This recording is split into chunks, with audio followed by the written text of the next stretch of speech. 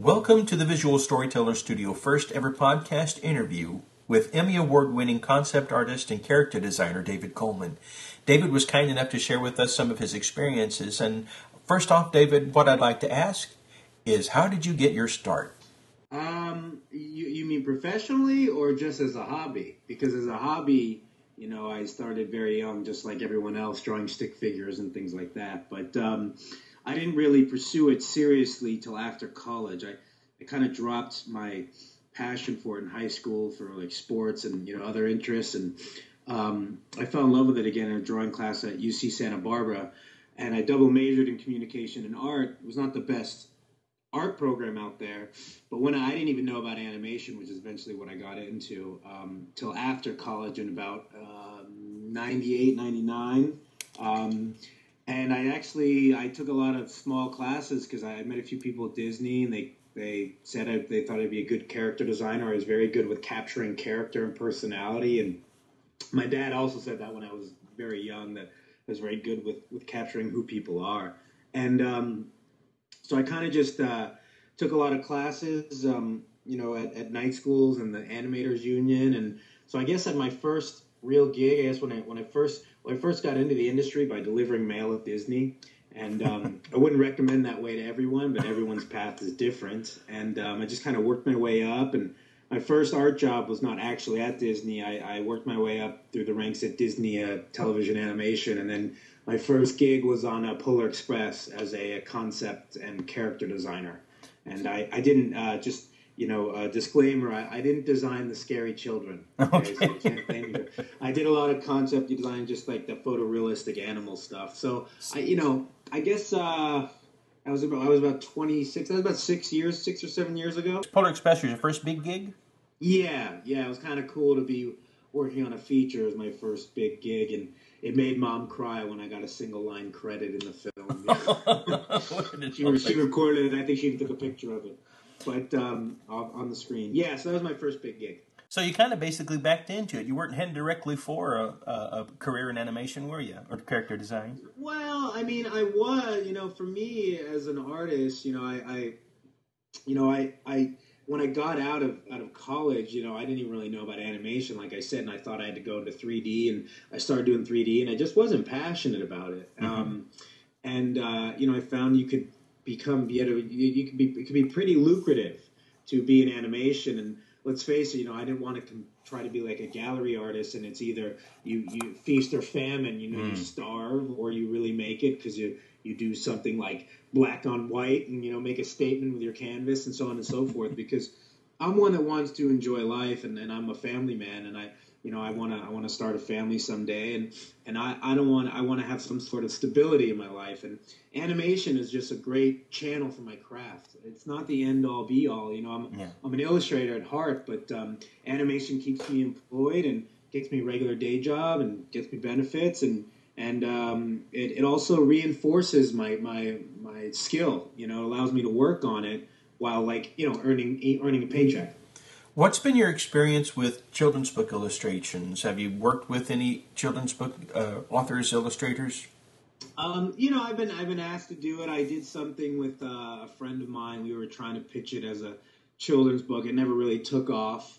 And everyone's very fascinated with children's books illustration, but it is a tough thing to get into. It was what it sounds like. I've come across quite a few individuals trying to get into it, but it's a very promising career if you could break into it.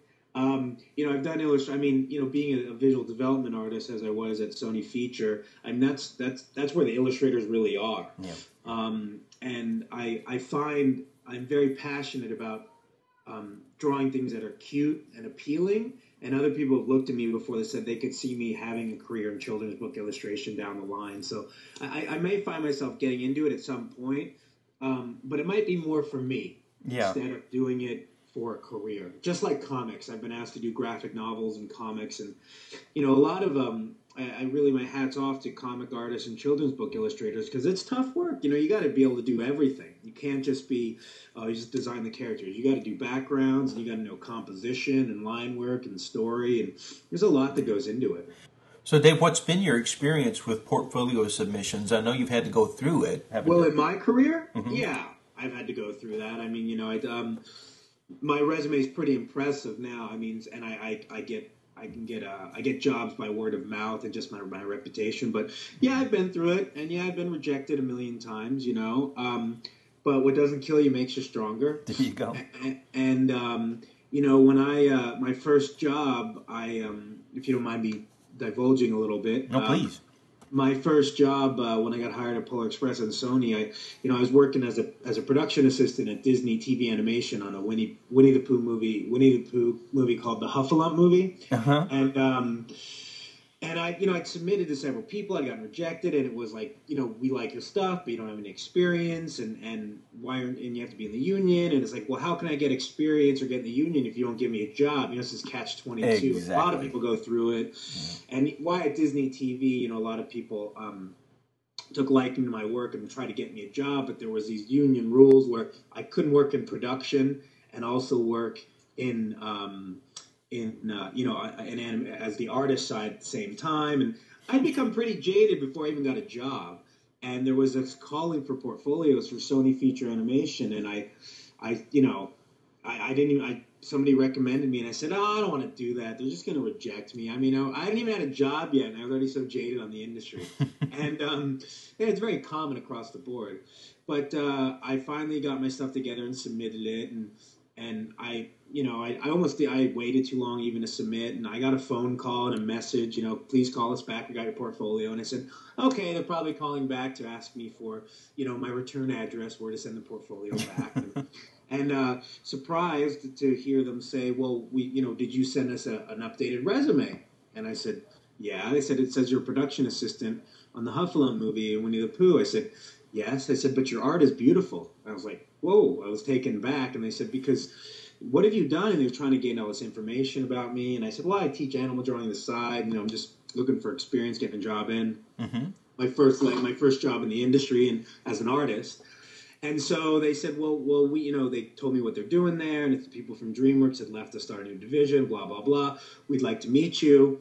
Oh, yeah, awesome, great. Okay. And then they said, could you bring in, some work? I said, well, you have my portfolio there, and that samples of my work. They said, no, we really want to see your originals. And I was like, oh, wow. Okay. Now, I've never heard that before, and I'll explain why the method to their madness behind this. But they said, I talked to a friend of mine who's a very well-known illustrator in the industry named Paul Felix, and he said, well, it's kind of weird, but maybe just don't leave your stuff there.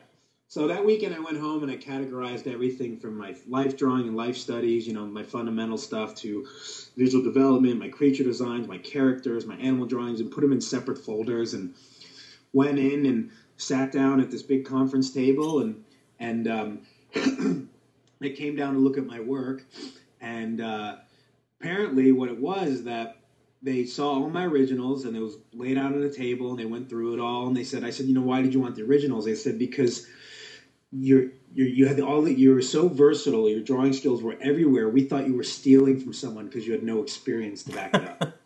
And I was like, that's a backhanded compliment. It was a damn good compliment, because and apparently, unfortunately, it happens quite a bit. It's happened to a few friends of mine. Marcelo Vignali, it happened to him.